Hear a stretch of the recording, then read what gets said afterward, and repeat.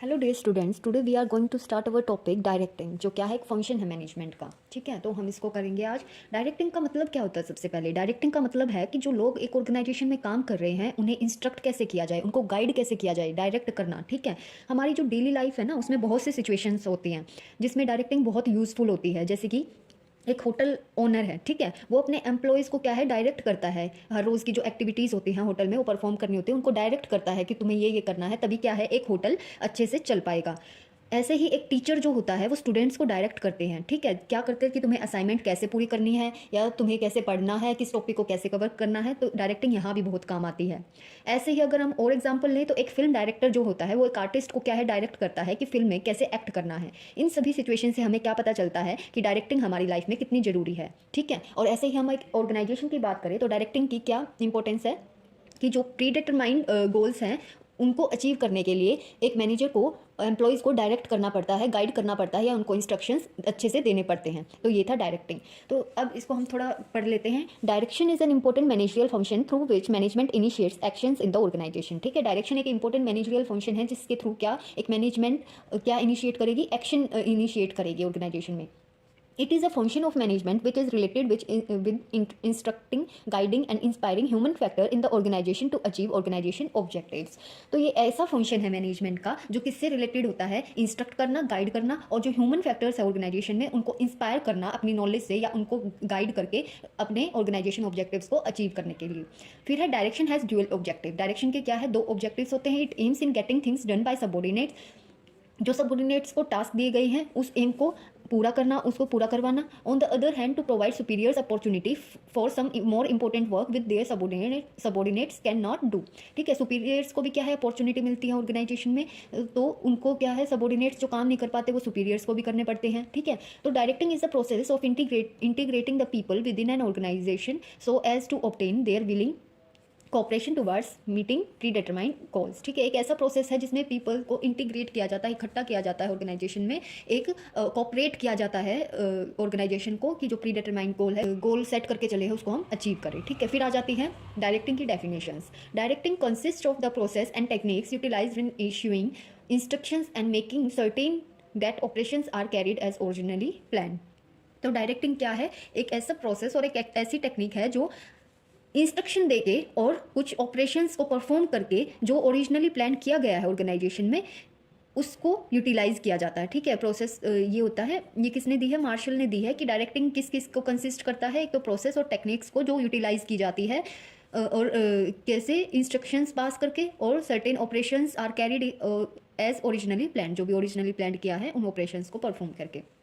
फिर है कूंट्स और ओ डैनियल ने क्या दिया है कि directing is a complex function. ठीक है, बहुत कॉम्प्लेक्स फंक्शन होता है directing, that includes all those activities which are design to encourage subordinates to work effectively and efficiently in both the short and long run. ये एक complex function है, ठीक है, जिसमें बहुत सी एक्टिविटीज आ जाती हैं जो किसके लिए डिजाइन की गई है? सबऑर्डिनेट्स के लिए, उनको एनकरेज करने के लिए कि वो अपना काम जो है इफेक्टिवली और एफिशिएंटली कर सके, शॉर्ट रन में भी और लॉन्ग रन में भी।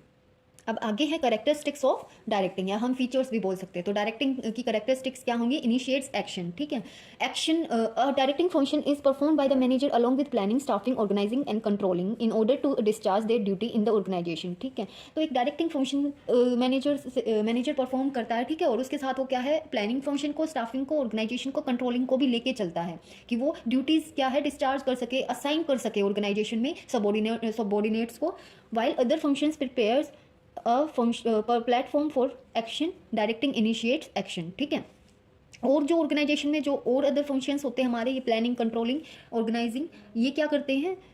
एक प्लेटफॉर्म बनाते हैं एक्शन के लिए। ठीक है, बाकी जो डायरेक्टिंग क्या है उस एक्शन को इनिशिएट करता है। फिर हमारा सेकंड है परवेसिव फंक्शन। तो परवेसिव फंक्शन क्या होता है? ये हम पढ़ते ही आ रहे हैं हर करेक्टरिस्टिक में, हर फंक्शन में, कि ये हर एक एंटरप्राइज में हर लेवल पे क्या होता है फंक्शन परफॉर्म होता है। Directing takes place at every level of the organization. Directing हर प्लेस पे, हर लेवल पे मिलेगी। wherever there is a superior subordinate relationship, जहाँ भी सुपीरियर और सबॉर्डिनेट का रिलेशनशिप होगा, direct exist as every manager provides guidance and inspiration to his subordinate. जहाँ भी ये रिलेशन होगा वहाँ क्या होगी? डायरेक्टिंग होगी, क्योंकि वहाँ पर डायरेक्ट मैनेजर को हमेशा क्या है गाइडेंस और गाइड करना पड़ता है और इंस्पायर करना पड़ता है सबॉर्डिनेट को। फिर है थर्ड कॉन्टिन्यूस एक्टिविटी। डायरेक्टिंग क्या है, कॉन्टिन्यूस एक्टिविटी होती है as it continues throughout the life of organization. जब तक ऑर्गेनाइजेशन चलेगी डायरेक्टिंग भी क्या है, चलती रहेगी, irrespective of changes in the manager और एम्प्लॉयज़। ठीक है, तो मैनेजर और एम्प्लॉयज़ के बीच में हमेशा कॉन्टिन्यूस प्रोसेस रहेगा गाइड करने का, इंस्ट्रक्ट करने का। फिर है descending order of hierarchy. Directing flows from a top level of management to the bottom level. तो डायरेक्टिंग हमेशा कैसे फ्लो होती है, जो टॉप लेवल पे मैनेजर्स होते हैं और जो मिडिल लेवल के होते हैं सबॉर्डिनेट्स, तो वो टॉप लेवल वाले जो मैनेजर होते हैं वो क्या है, गाइड करेंगे, इंस्ट्रक्ट करेंगे सबॉर्डिनेट्स को। ठीक है, तो every manager exercises this function on his immediate subordinate. जो भी सबॉर्डिनेट उसको मैनेजर को दिया गया है तो उसको ही क्या करेगा, गाइड और इंस्ट्रक्ट करेगा। फिर है human factor. Since all employees are different and behave differently in different situation. तो सारे एम्प्लॉयज़ क्या है, उनका नेचर भी अलग होगा और बिहेव भी डिफरेंट ही करेंगे सिचुएशंस के according. It becomes important for the managers to tackle the situation appropriately. तो मैनेजर के लिए ये क्या है, बहुत ही इंपॉर्टेंट हो जाता है कि वो सिचुएशन को समझे और उसके अकॉर्डिंग क्या है डिसीजन ले। Thus directing is a significant function that gets the work done by the employees and increases the growth of the organization. तो डायरेक्टिंग क्या है, एक ह्यूमन फैक्टर के लिए बहुत ही जरूरी है कि जो मैनेजर है उसको समझना चाहिए पहले कि या एम्प्लॉयज़ का नेचर कैसा है, उसके थ्रू उसको देखकर ही एम्प्लॉय को क्या है डायरेक्ट करना चाहिए, इंस्ट्रक्ट करना चाहिए। फिर हमारे आगे आते हैं प्रिंसिपल्स ऑफ डायरेक्टिंग। सबसे पहला जो है हमारा क्या है, मैक्सिमम इंडिविजुअल कंट्रीब्यूशन। ठीक है, तो इसमें डायरेक्टिंग टेक्निक्स हर एक इंडिविजुअल को क्या है, जो ऑर्गेनाइजेशन में वर्क करता है उसकी हेल्प करती है डायरेक्टिंग, कि वो ऑर्गेनाइजेशनल ऑब्जेक्टिव को अचीव करने में के लिए अपना मैक्सिमम पोटेंशियल कंट्रीब्यूट करे। ठीक है, जैसे कि एक अच्छा प्लान जिसमें सुटेबल मॉनेटरी और नॉन मॉनेटरी रिवॉर्ड्स होंगे, वो एम्प्लॉय को क्या करेंगे, मोटिवेट करेंगे कि वो अपने मैक्सिमम एफर्ट्स डाले और क्या करे उस प्लान के अकॉर्डिंग, जिससे ऑर्गेनाइजेशनल ऑब्जेक्टिव अचीव होगा। ठीक है, उसके बाद आता है हार्मनी ऑफ ऑब्जेक्टिव। तो ये देखा गया है कि जो इंडिविजुअल ऑब्जेक्टिव्स एम्प्लॉयज़ के होते हैं और ऑर्गेनाइजेशनल ऑब्जेक्टिव्स होते हैं वो एक दूसरे के लिए कॉन्फ्लिक्ट बन सकते हैं। ठीक है, जैसे कि एक एम्प्लॉय को हमेशा अट्रैक्टिव सैलरी और मॉनेटरी बेनिफिट्स चाहिए होते हैं अपनी पर्सनल नीड्स के लिए, और एक ऑर्गेनाइजेशन हमेशा चाहती है कि एम्प्लॉय प्रोडक्टिविटी को इंप्रूव करे, जिससे क्या हो, प्रॉफिट हो और गोल भी अचीव हो। तो अच्छी डायरेक्टिंग से एम्प्लॉयज़ को हार्मनी प्रोवाइड करनी चाहिए। ठीक है, जिससे वो अपना काम एफिशिएंटली कर पाएंगे। फिर है थर्ड, यूनिटी ऑफ कमांड।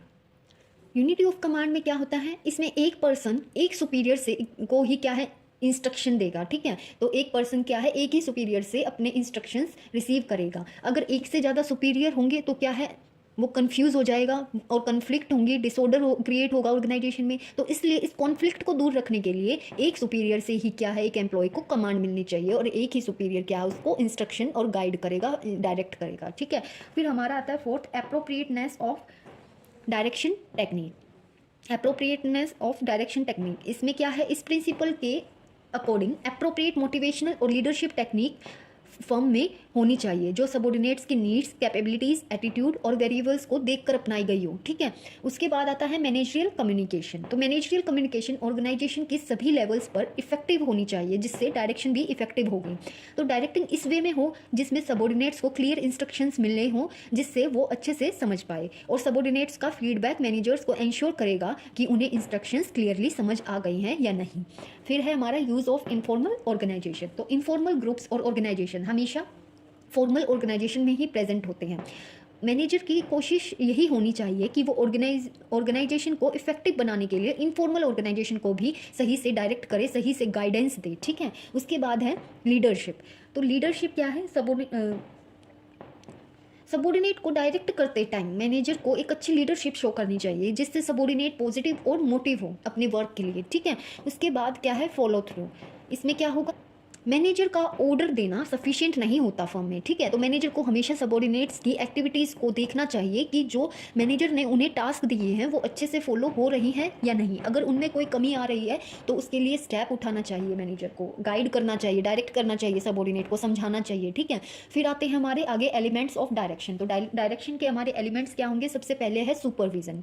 तो सुपरविजन क्या होगा हमारा, Supervision can be understood as the process of guiding the efforts of employees and other resources to accomplish the desired objective. Supervision का मतलब होता है कि सुपरवाइज करना, ठीक है। सुपरविजन एक प्रोसेस है गाइड करने का या एम्प्लॉयज़ की एफर्ट को देखने का या फिर रिसोर्सेज को अकम्प्लिश करने का कि रिसोर्सेज इफेक्टिवली यूज होते हैं या नहीं हो रही हैं, एम्प्लॉयज़ के एफर्ट्स कितने हैं कितने नहीं हैं। It means overseeing what is being done by subordinates and giving instruction to ensure optimum utilization of resources and achievement of work targets, ठीक है।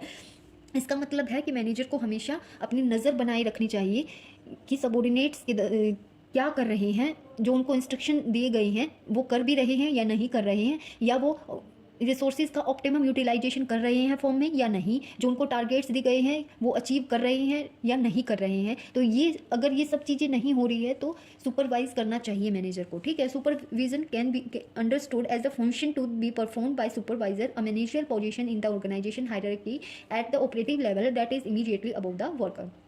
ये तब एज ए प्रोसेस, अब इसको एज ए फंक्शन समझे तो सुपरविजन एक ऐसा फंक्शन है जो एक सुपरवाइजर क्या है परफॉर्म करता है और मैनेजरियल पोजीशन होती है उसकी ऑर्गेनाइजेशन में एक ऑपरेटिव लेवल पे, ठीक है, और वो वर्कर से ऊपर होती है हमेशा। फिर है इंपॉर्टेंस ऑफ सुपरविजन। सुपरविजन इतना इंपॉर्टेंट क्यों है हमारे लिए? Supervision maintains day to day contact and maintains friendly relations with workers, ठीक है। तो सुपरविजन से क्या है, हम डे टू डे क्या है कॉन्टैक्ट करेंगे वर्कर्स से कि वो कैसा वर्क कर रहे हैं, इफेक्टिवली कर रहे हैं, एफिशिएंटली कर रहे हैं या नहीं कर रहे हैं, और उनसे फ्रेंडली रिलेशन भी बने रहेंगे।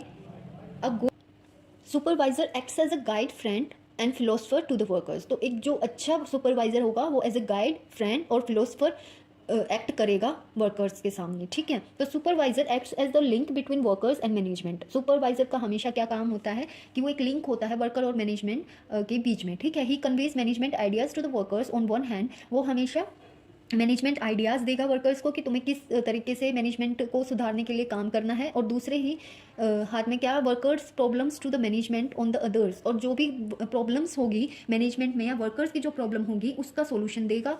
Supervisor helps to avoid misunderstanding and conflicts between management and workers. तो सुपरवाइजर हमेशा हेल्प करेगा मिसअंडरस्टैंडिंग को अवॉइड करने के लिए, और जो भी कॉन्फ्लिक्ट मैनेजमेंट में या वर्कर्स में चल रही होगी उसको हमेशा सोल्व करने में आगे रहेगा। Supervisor ensures performance of work according to the target set. जो भी टारगेट हर एक एम्प्लॉयज़ को दिए गए हैं उसकी परफॉर्मेंस को एंश्योर करेगा। He takes responsibility for task achievement, उसकी पूरी रिस्पॉन्सिबिलिटी होगी टास्क अचीव करने की। And motivates his workers effectively, और हमेशा वर्कर्स को इफेक्टिवली मोटिवेट करेगा कि तुम्हें इस वे में काम करना है। A good supervisor analyses the work performed and gives feedback to the workers.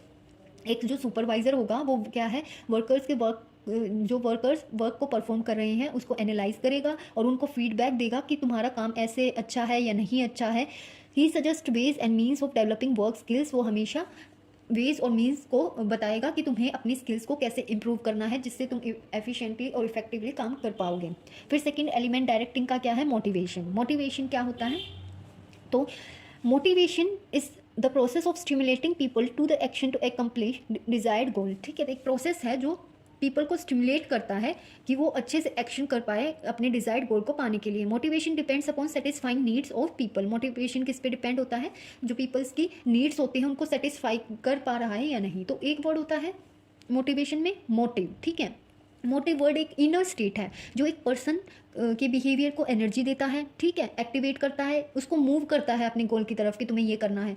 जो मोटिव्स हैं वो इंडिविजुअल की नीड से अराइज होते हैं हमेशा, ठीक है। तो मोटिवेट की कमी से इंडिविजुअल में रेस्टलेसनेस होता है जो हमेशा उसे इसे डिक्रीज करने के लिए कुछ एक्शंस की तरफ ले जाता है। जैसे कि अगर मैं बोलूँ, जब किसी पर्सन को फूड की ज़रूरत होती है तो उसका मोटिव हमेशा क्या होता है कि वो अपनी भूख को डिक्रीज करे, ठीक है, मतलब अपने भूख को शांत करे। तो वो उस मोटिव को पूरा करने के लिए एक्शन लेता है, ठीक है। खाने के लिए क्या करता है, वो फूड को सर्च करेगा और अपने मोटिव को पूरा करता है।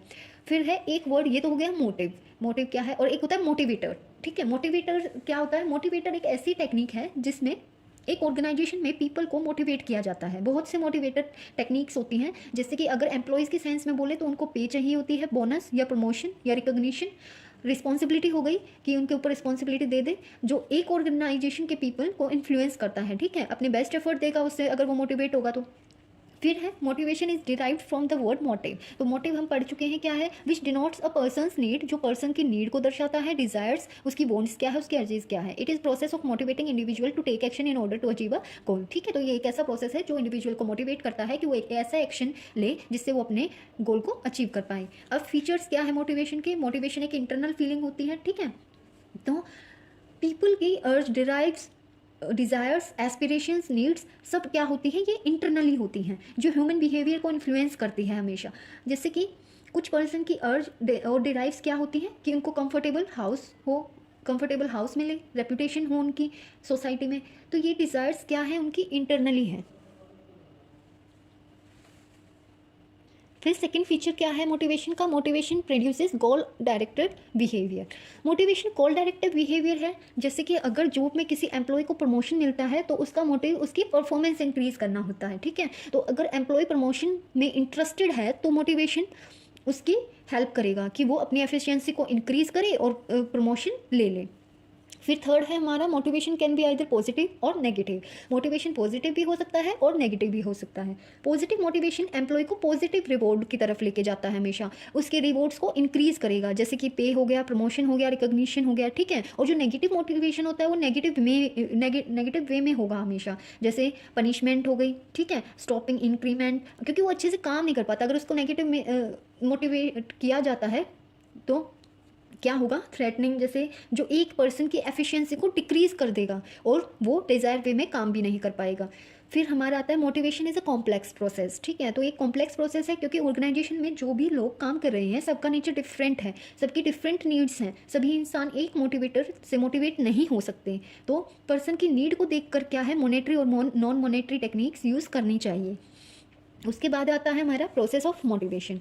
क्या प्रोसेस रहेगा मोटिवेट करने का, सबसे पहले है अनसेटिस्फाइड नीड। ठीक है, तो इस स्टेप में पर्सन को फील होता है कि उसको किसी चीज़ की नीड है, कुछ ना कुछ कमी है। ठीक है, तो एक ऐसी नीड जो सेटिस्फाई नहीं है। फिर दूसरा स्टेप क्या होगा कि उसको जब ये रियलाइज़ हो गया कि उसकी नीड सेटिस्फाई नहीं है तो उसको क्या होगी, टेंशन होगी। सेकेंड स्टेप में कि पर्सन की अनसेटिस्फाइड नीड टेंशन क्रिएट करती है हमेशा, जब तक वो नीड पूरी नहीं होती वो उसी के बारे में क्या है सोचता रहता है कि किस वे में उसे पूरा किया जाए। फिर उसके बाद क्या आती है, ड्राइव्स को हम मोटिव्स भी बोल सकते हैं। ठीक है, जो पर्सन को सर्टेन वेज में एक्ट करने में हेल्प करती हैं कि पर्सन अपनी अनसेटिस्फाइड नीड को सेटिस्फाई कैसे करे, इनको हम वेज भी बोल सकते हैं कि किस वे में करें। फिर उसके बाद क्या आएगा, search behaviour.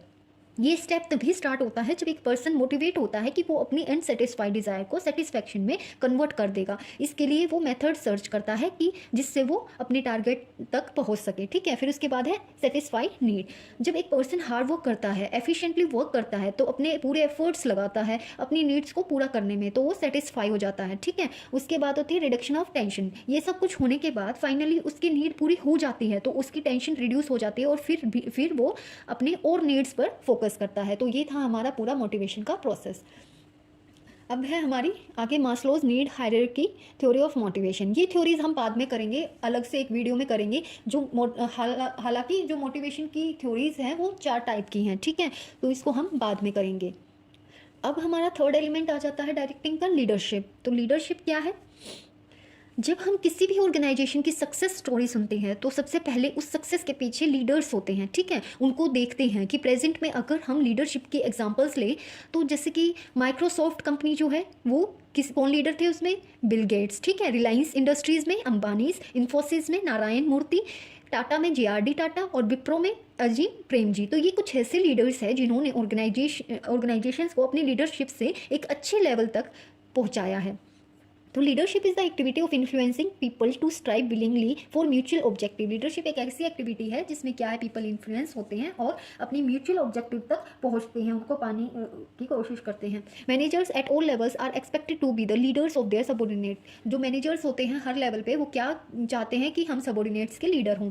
Leadership indicates the ability of an individual to maintain good interpersonal relation with followers and motivates them to contribute for achieving organizational objective. Leadership क्या इंडिकेट करती है, हमेशा इंडिविजुअल की एबिलिटी को कि वो अपने रिलेशंस हमेशा क्या है अच्छे से बना पाएँ फॉलोवर्स के साथ और उनको मोटिवेट करे कि वो ऑर्गेनाइजेशनल ऑब्जेक्टिव को अचीव करने में कंट्रीब्यूट दे, अपना कंट्रीब्यूशन दे। फिर लीडरशिप की इंपॉर्टेंस क्या होगी?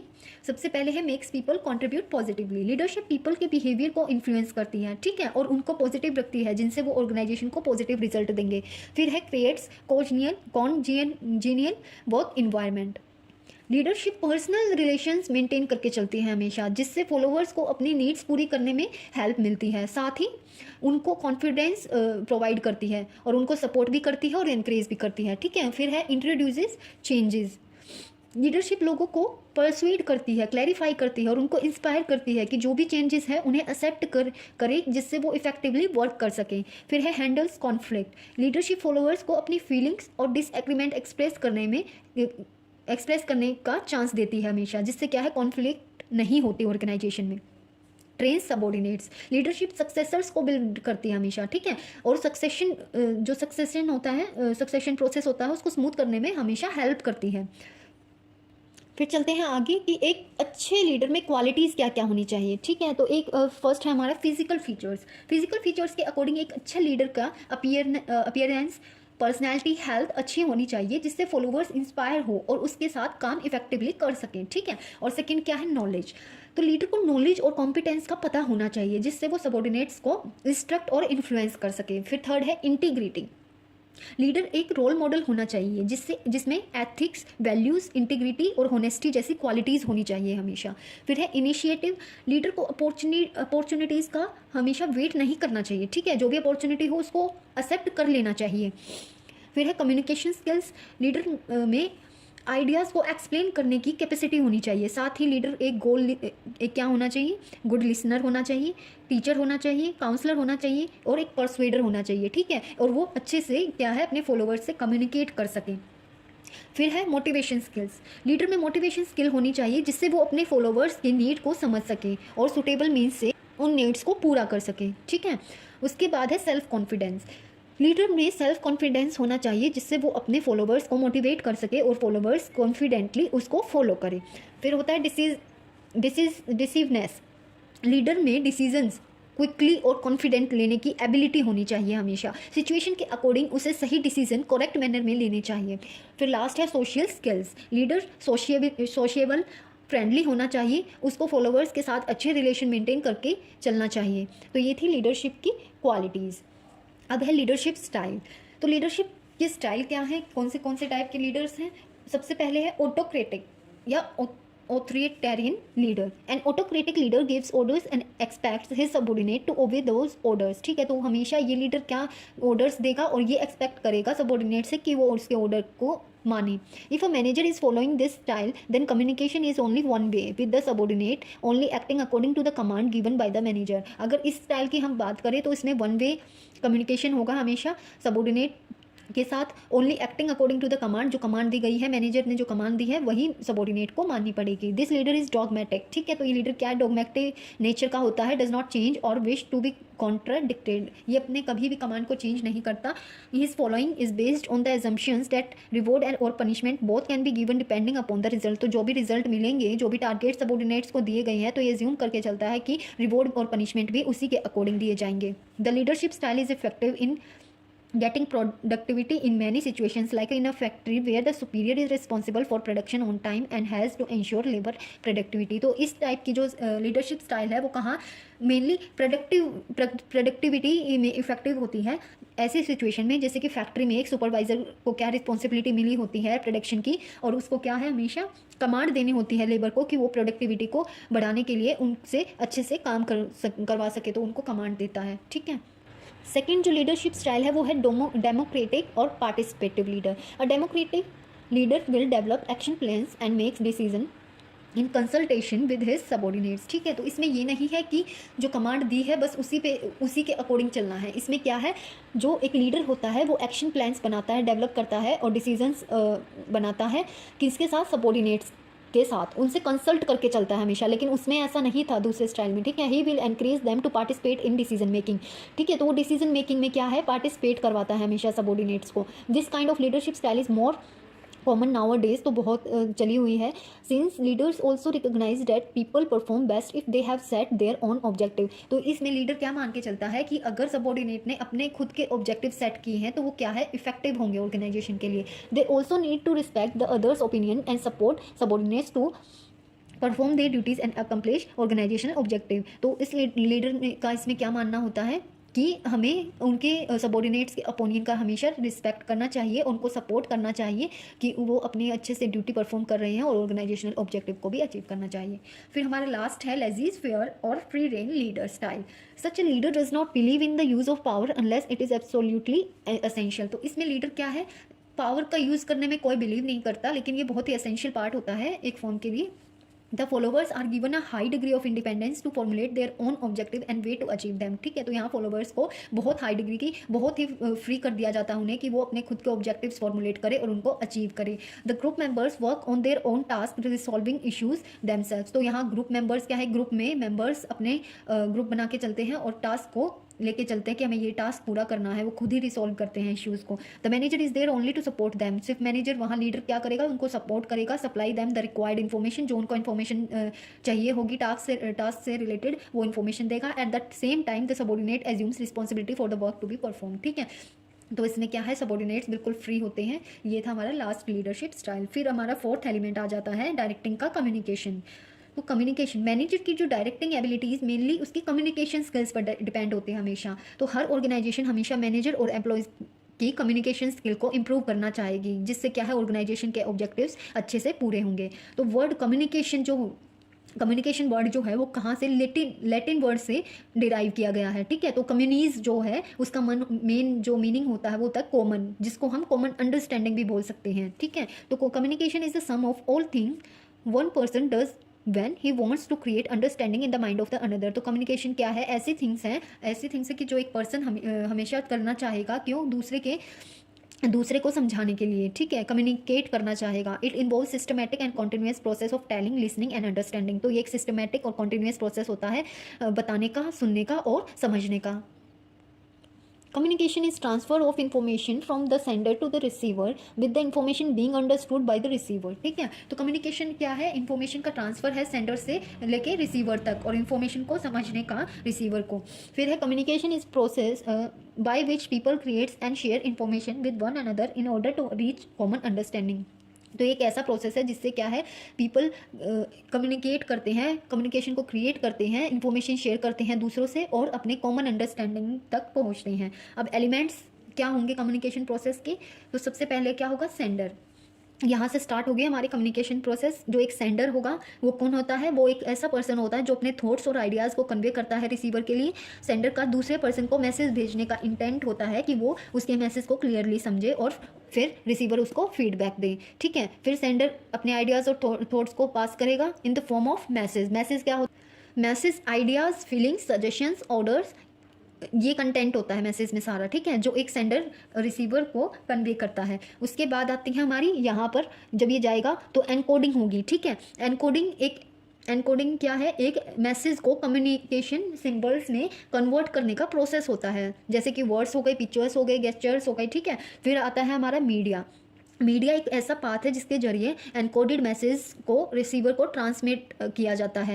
मीडिया किस किस फॉर्म में हो सकता है, face to face phone call हो सकती है, इंटरनेट, कुछ भी हो सकता है। ठीक है, उसके बाद क्या होता है हमारा, यहाँ डिकोडिंग होती है। डिकोडिंग क्या है, एनकोडेड सिंबल्स को कन्वर्ट करने का प्रोसेस होता है। तब वो क्या है, वो मैसेज पहुँचता है रिसीवर के पास। तो रिसीवर वो पर्सन है जो सेंडर से मैसेज रिसीव करेगा और कम्युनिकेट करेगा। ठीक है, उसके बाद फिर यहाँ से फीडबैक जाएगा रिसीवर के पास। तो फीडबैक होता है रिसीवर के एक्शंस जो सेंडर के मैसेज से जो भी रिसीवर ने समझा। ठीक है, सेंडर के मैसेज से जो भी रिसीवर ने समझा वो ऐसे एक्शंस क्या होंगे, फीडबैक होंगे।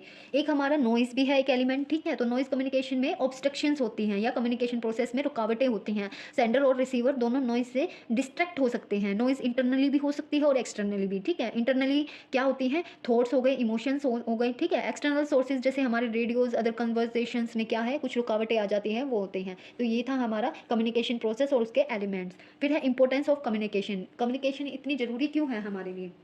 फर्स्ट है acts as a basis of coordination. Communication organization के डिपार्टमेंट्स में एक्टिविटीज़ और पर्सन में कोऑर्डिनेशन प्रोवाइड करती है हमेशा। ये कोऑर्डिनेशन ऑर्गेनाइजेशन गोल को अचीव करने का मोड करने में हेल्प करता है, या अचीवमेंट का मोड क्या होना चाहिए, या इंटर रिलेशनशिप बनाने में हेल्प करता है। ठीक है, उसके बाद है helps in smooth working of enterprise. Communication से एंटरप्राइज में वर्क स्मूथली होता है। ऑर्गेनाइजेशन कम्युनिकेशन पर बेस्ड होती है हमेशा। एक मैनेजर की जॉब जो होती है वो भी ऑर्गेनाइजेशन में ह्यूमन और फिजिकल एलिमेंट को कोऑर्डिनेट करके चलेगी, जिससे एफिशिएंसी भी बढ़ेगी और ऑर्गेनाइजेशन का ऑब्जेक्टिव भी अचीव होगा। फिर है acts as a basis of decision making. Communication decision making के लिए भी क्या है, जरूरी है। जिस इन्फॉर्मेशन की नीड होती है वो इन्फॉर्मेशन प्रोवाइड करती है कम्युनिकेशन। बहुत बार मैनेजर्स के लिए ये पॉसिबल नहीं होता कि वो मीनिंगफुल डिसीजन ले सके। ठीक है, तो वो सही डिसीजन लेने के लिए क्या है, कम्युनिकेट करता है और कम्युनिकेशन पे डिपेंड होता है। उसके बाद आता है हमारा इंक्रीजेज मैनेजरियल एफिशिएंसी। तो कम्युनिकेशन क्या है, मैनेजरियल फंक्शंस की क्विक और इफेक्टिव परफॉर्मेंस के लिए जरूरी होती है। इफेक्टिव परफॉर्मेंस के लिए क्या होगी, जरूरी होगी। हर मैनेजमेंट के क्या होते हैं, गोल्स होते हैं, टारगेट्स होते हैं और इंस्ट्रक्शंस इशू करती हैं। ठीक है, जॉब एलोकेट करती हैं, सबऑर्डिनेट्स की परफॉर्मेंस को देखती है। तो कम्युनिकेशन का इन सब में बहुत ही बड़ा रोल होता है, जिससे मैनेजरियल एफिशिएंसी इंक्रीज होती है। फिर उसके बाद क्या है, promotes cooperation and industrial peace. तो सभी मैनेजमेंट का एम होता है कि ऑर्गेनाइजेशन में एफिशिएंट ऑपरेशंस हों, और ये तभी पॉसिबल है जब फैक्ट्री और म्यूचुअल कॉपरेशंस में इंडस्ट्रियल पीस होगा। ठीक है, तो मैनेजर और वर्कर्स के बीच में क्या होना चाहिए, पीस होना चाहिए। कम्युनिकेशन कॉपरेशन और म्यूचुअल अंडरस्टैंडिंग को प्रमोट करता है मैनेजमेंट और वर्कर्स के बीच। फिर है हमारा एस्टेब्लिशेस इफेक्टिव लीडरशिप। तो कम्युनिकेशन बेसिस है लीडरशिप का। ठीक है, तो अगर इफेक्टिव कम्युनिकेशन होगी तो सबऑर्डिनेट्स इफेक्टिवली इन्फ्लुएंस होंगे। जब एक लीडर को लोगों को इन्फ्लुएंस करना होता है तो उसमें अच्छी कम्युनिकेशन स्किल्स होनी बहुत ज़रूरी होती है। उसके बाद हमारा लास्ट पॉइंट है boost moral and provides motivation. तो एक एफिशिएंट सिस्टम कम्युनिकेशन का मैनेजमेंट को मोटिवेट और इन्फ्लुएंस करना होगा, साथ ही सबऑर्डिनेट्स को सेटिस्फाई करेगा। ठीक है, तो अच्छी कम्युनिकेशन वर्कर्स को फिजिकली और सोशली एडजस्टमेंट करने में हेल्प करती है। इससे ऑर्गेनाइज में ह्यूमन रिलेशन और भी अच्छे हो जाते हैं। कम्युनिकेशन पार्टिसिपेटिव और डेमोक्रेटिक पैटर्न अपनाती है हमेशा, जो मैनेजमेंट में होना चाहिए। कम्युनिकेशन एम्प्लॉयज़ और मैनेजर्स के मोराल को और भी बूस्ट करने में हेल्प करती है। फिर आगे हमारा आ जाता है फॉर्मल और इनफॉर्मल कम्युनिकेशन। हमारी दो टाइप की क्या है कम्युनिकेशन है, एक तो फॉर्मली होती है, एक इनफॉर्मली होती है। ठीक है, तो सबसे पहले हमारी फॉर्मल कम्युनिकेशन ऑफिशियल इन्फॉर्मेशन का एक्सचेंज होता है, जो लोगों के बीच में होता है, जो सेम ऑर्गेनाइजेशन में होते हैं पर डिफरेंट लेवल पर कम्युनिकेट करते हैं। ठीक है, फॉर्मल ऑर्गेनाइजेशन जैसे कि एजुकेशन में, बिजनेस में कॉमनली यूज होती हैं। Formal communication flows through official channels designed in the organization chart. ठीक है, तो वो क्या है, ऑफिशियल चैनल्स के लिए डिजाइन की गई है organization chart में। this communication may take place between a superior and subordinate, a subordinate and superior, और among same cadre एम्प्लॉयज़ और मैनेजर। तो ये कम्युनिकेशन क्या है, फॉर्मली है, सुपीरियर और सबॉर्डिनेट सुपीरियर के बीच में होती है और एम्प्लॉयज़ और मैनेजर्स के बीच में भी होती है। द कम्युनिकेशन में बी ओरल और return but generally recorded and filed in the office. ये कम्युनिकेशन किस टाइप में हो सकते हैं, रिटर्न में भी और ओरल में भी, और ये क्या है, रिकॉर्ड की जाती है और ऑफिस में इसको फाइल किया जाता है। तो फॉर्मल कम्युनिकेशन कितने टाइप की होती है, एक तो वर्टिकल और एक हॉरिजेंटल। अब ये वर्टिकल कम्युनिकेशन क्या है, वर्टिकल जो कम्युनिकेशन होती है वो वर्टिकली फ्लो होती है, अपवर्ड और डाउनवर्ड। ठीक है, तो फॉर्मल चैनल्स के थ्रू अपवर्ड कम्युनिकेशन का फ्लो ऑफ कम्युनिकेशन सबऑर्डिनेट से लेके सुपीरियर तक होता है। ठीक है, तो वो अपवर्ड जाएगी, जैसे सबऑर्डिनेट है तो सबऑर्डिनेट कम्युनिकेट करेगा सुपीरियर को, तो ये क्या है, अपवर्ड, तो अपवर्ड होगी ये। ठीक है, और जो डाउनवर्ड होता है वो क्या होगा कि जो सुपीरियर है वो सबऑर्डिनेट को कम्युनिकेट करेगा, ये हो जाएगी हमारी डाउनवर्ड। ठीक है, तो अगर हम एग्जांपल ले अपवर्ड का, तो अपवर्ड में जैसे कि सबऑर्डिनेट को अप्लीकेशन देनी होती है लीव के लिए, या उसको अपनी प्रोग्रेस रिपोर्ट को सबमिट करना होता है, तो तब कम्युनिकेट करना पड़ता है, या ग्रांट के लिए रिक्वेस्ट करनी पड़ती है सुपीरियर से। और डाउनवर्ड में क्या हो जाएगा कि सुपीरियर को, एम्प्लॉयज़ को, सबऑर्डिनेट को क्या पास ऑन करना होता है, नोटिस पास ऑन करने होते हैं मीटिंग के लिए, और सबऑर्डिनेट को ऑर्डर देने होते हैं असाइन वर्क के लिए। और क्या हो सकता है, पासिंग ऑन गाइडलाइंस पास करनी होती है जो टॉप मैनेजमेंट ने सबऑर्डिनेट्स के लिए फ्रेम की है। तो ये है हमारा वर्टिकल कम्युनिकेशन। अब आ जाओ हॉरिजेंटल कम्युनिकेशन है, इसको हम लेटरल कम्युनिकेशन भी बोल सकते हैं। इसमें क्या होता है कि जो एक या एक से ज़्यादा डिविजन्स होते हैं उसमें कम्युनिकेशन होती है। जैसे कि प्रोडक्शन मैनेजर को हम लेके चले, प्रोडक्शन मैनेजर मार्केटिंग मैनेजर से कॉन्टैक्ट करेगा। ठीक है, प्रोडक्ट की डिलीवरी के शेड्यूल के लिए भी कर सकता है, प्रोडक्ट डिज़ाइन के लिए भी, या क्वालिटी के लिए भी। तो ऑर्गेनाइजेशन में कुछ ऐसे पैटर्न होते हैं ये तो हो गई हॉरिजेंटल और वर्टिकल की बात। अब फॉर्मल में ही कुछ ऐसे पैटर्न होते हैं जिनके थ्रू कम्युनिकेशन होती है और उन्हें हम कम्युनिकेशन नेटवर्क से इंडिकेट करते हैं, ठीक है। बहुत टाइप के क्या होते हैं, कम्युनिकेशन नेटवर्क होते हैं जो फॉर्मल ऑर्गेनाइजेशन को ऑपरेट करते हैं, और वो कौन से पैटर्न्स हैं वो हम अब पढ़े। तो कौन से नेटवर्क है, तो फॉर्मल के जो फॉर्मल कम्युनिकेशन के होंगे, सबसे पहला जो होगा वो हम बोलेंगे सिंगल चेन, ठीक है। एक सिंगल चेन नेटवर्क होता है, उसमें क्या होगा, ये नेटवर्क सुपरवाइजर और सबॉर्डिनेट के बीच होता है, इन दोनों के बीच में होता है। ऑर्गेनाइजेशन में बहुत लेवल एग्जिस्ट होती हैं, ठीक है, जो कम्युनिकेशन हर एक सुपीरियर से सबॉर्डिनेट के पास पहुंचती है एक सिंगल चैन के थ्रू, ठीक है। तो इसमें क्या होता है, ये चैन होती है, ठीक है। तो ये सबॉर्डिनेट पास ऑन करते हैं, मतलब इससे इससे इससे इससे ऐसे सिंगल चैन में क्या है, इन्फॉर्मेशन पास ऑन होती रहती है सुपरवाइजर से सबॉर्डिनेट, सबॉर्डिनेट से सुपरवाइजर, ठीक है। उसके बाद हमारा जो सेकंड आएगा वो क्या होगा, सेकंड हमारे होगा व्हील, व्हील नेटवर्क बोलेंगे हम इसको। व्हील नेटवर्क में क्या होता है कि एक सुपीरियर होता है, सभी सबॉर्डिनेट्स उससे कम्युनिकेट करते हैं, he acts as a hub of wheel, ठीक है। और ये कैसे होता है, ये एक सुपीरियर है, ठीक है, ये सबॉर्डिनेट्स हैं, तो ये जो सुपीरियर होगा वो क्या है, कम्युनिकेट करेगा सबॉर्डिनेट से, ठीक है, ऐसे होगा इसमें। तो ये हो गया व्हील में। फिर उसके बाद आता है हमारा next network circular. Circular network कैसा होगा, सर्कुलर नेटवर्क कैसा होगा हमारा, ऐसा, ये सर्कुलर नेटवर्क होगा कि सर्कल में क्या है, कॉन्टैक्ट कम्युनिकेट कर रही हैं, ठीक है। हर एक पर्सन कम्युनिकेट करता है एडजॉइनिंग टू, ठीक है। ये पर्सन क्या है, दो से कांटेक्ट कर रहा है, ये मतलब सर्कुलर में यहाँ से भी कर सकता है या यहाँ से भी कर सकता है। फिर अगला आता है हमारा free flow, free flow network. Free flow network, इस नेटवर्क में हर एक पर्सन दूसरे पर्सन से फ्रीली कम्युनिकेट कर सकता है। इसमें क्या है, फ्रीली कम्युनिकेट करेंगे एक दूसरे से, ठीक है। और में नेटवर्क, इस नेटवर्क में क्या होता है, फ्लो ऑफ कम्युनिकेशन फास्ट होता है, ठीक है। जैसे हमने अभी सर्कुलर पढ़ा था ना, तो उसमें क्या था कि वो सर्कुलर में पास ऑन कर रहे थे, ऐसा था ना। तो इसमें क्या होगा कि ये इससे भी कर सकता है, इस फ्री फ्लो होता है, इससे भी कर सकता है, या फिर इससे कर सकता है, ठीक है। तो ये ऐसे होगा, ये इससे कर सकता है, ये इससे कर सकता है, तो ये फ्री फ्लो कम्युनिकेशन होगा। उसके बाद हमारा नेटवर्क आता है इन्वर्टेड बी, ये हमारा फॉर्मल का लास्ट नेटवर्क होता है, इन्वर्टेड बी। इस नेटवर्क में एक सबॉर्डिनेट इमीडिएटली सुपीरियर या सुपीरियर के भी सुपीरियर से कम्युनिकेट कर सकता है, ठीक है। तो इसमें ये क्या है, सुपीरियर का सुपीरियर है और ये सुपीरियर है और ये सबॉर्डिनेट्स हैं, तो इसमें क्या है, ये सुपीरियर से भी कांटेक्ट कर सकता है, ठीक है, या फिर सुपीरियर के सुपीरियर से भी ऐसे भी कांटेक्ट कर सकता है, तो ये ऐसे है। उसके बाद आ जाता है हमारा इनफॉर्मल कम्युनिकेशन। और इनफॉर्मल कम्युनिकेशन क्या है, इनफॉर्मल कम्युनिकेशन एक कैजुअल कम्युनिकेशन होती है कोवर्कर्स के बीच में, वर्क प्लेस में, ठीक है। तो इन्फॉर्मेशन कम्युनिकेशन अनऑफिशियल होती है नेचर में। इनफॉर्मल कम्युनिकेशन पर्सनल और इनफॉर्मल रिलेशन पर बेस्ड होती है हमेशा, और ऑर्गेनाइजेशन रूल्स और फॉर्मेलिटी से फ्री होती है, ठीक है। तो communication that takes place without following the formal lines of communication is said to be informal. जो फॉर्मल लाइंस को नहीं मानती, उनसे फ्री होती है, वो होती है informal communication. So informal system of communication is generally refer to as a grapevine, ठीक है। इसको हम ग्रेप वाइन में स्ट्रक्चर में भी पढ़ सकते हैं, because it spreads throughout the organization with its branches going out in all direction in utter disregard to the levels of authority. तो इनफॉर्मल सिस्टम क्या है, ग्रेप वाइन होता है कि ये हर जगह ऑर्गेनाइजेशन में स्प्रेड हो जाता है, हर डायरेक्शन में। तो जो इनफॉर्मल कम्युनिकेशन है उसके भी हमारे क्या है, टाइप्स है, चेन्स है। जैसे हमने फॉर्मल की पढ़ी, तो हम इनको भी लेके चलते हैं। सबसे पहला जो है हमारा वो होता है सिंगल स्ट्रैंड चैन, ठीक है। तो इस चैन में, इसमें एक पर्सन दूसरे पर्सन से कम्युनिकेट करता है और फिर वो दूसरा पर्सन औरों से कम्युनिकेट करता है, तो it is travelling from one person to another one person, ठीक है। तो इसमें क्या होता है, जैसे हमने फॉर्मल में पहला पढ़ा था ना, तो ये जो पर्सन है ये इससे कम्युनिकेट करेगा, ये इससे करेगा, फिर ये इससे करेगा, ये फिर इससे करेगा, ठीक है। तो ऐसा होता है सिंगल स्ट्रैंड चेन। फिर हमारी दूसरी जो चेन आती है, तो दूसरे क्या होती है, सेकंड है हमारा गॉसिप नेटवर्क।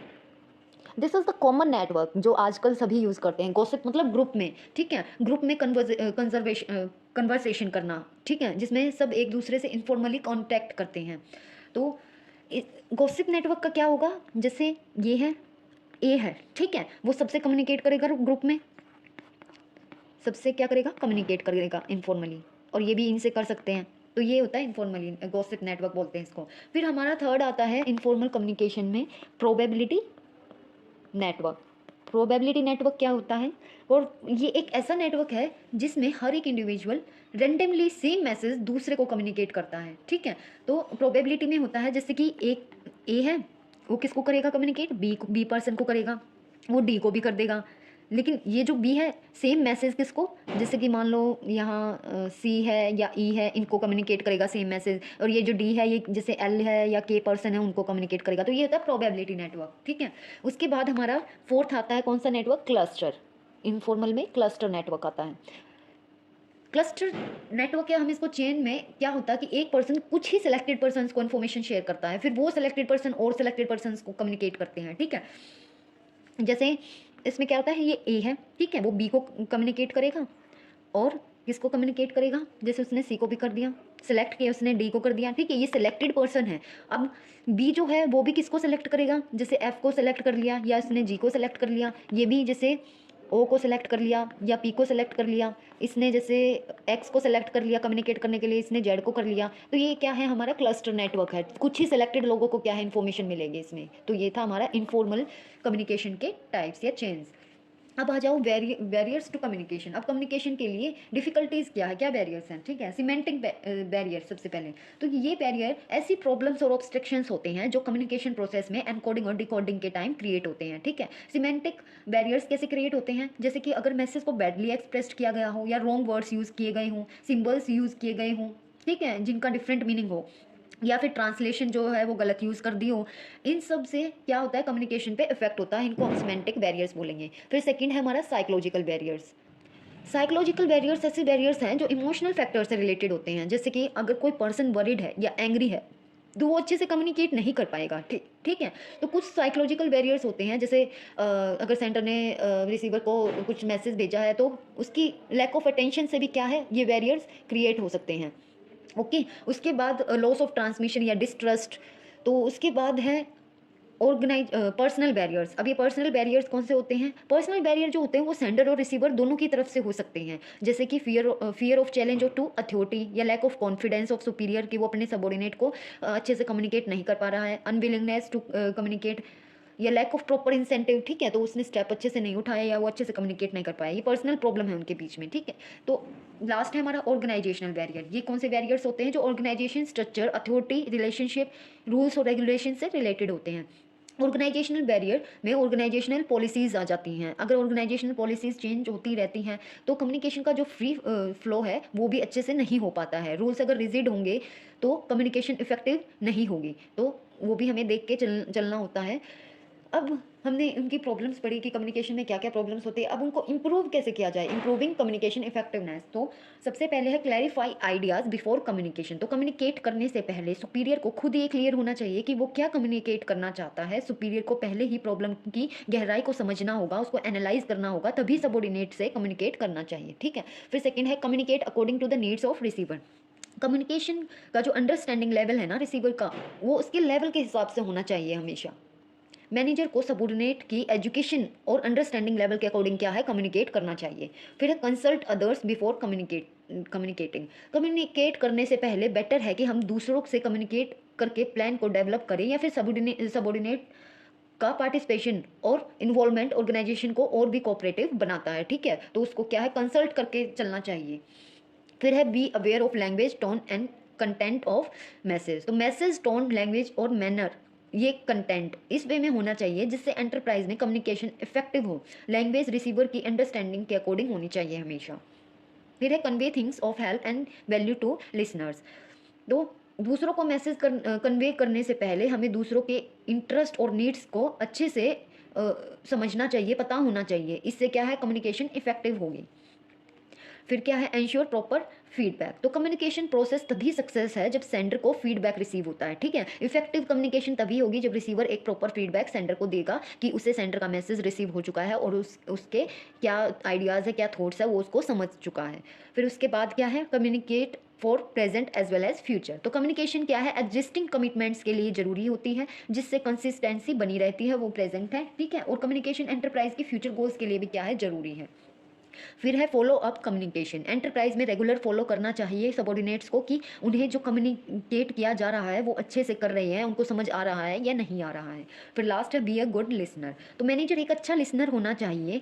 एक अटेंटिव लिसनिंग हाफ प्रॉब्लम्स को क्या कर देती है सॉल्व कर देती है। मैनेजर को ऐसे इंडिकेशंस देने चाहिए जिससे सबॉर्डिनेट इंटरेस्ट लेकर सुने। तो ये थे कि कम्युनिकेशन कैसे इफेक्टिव हो सकती है, कैसे हम कम्युनिकेशन को इम्प्रूव कर सकते हैं। तो ये था हमारा डायरेक्टिंग का टॉपिक।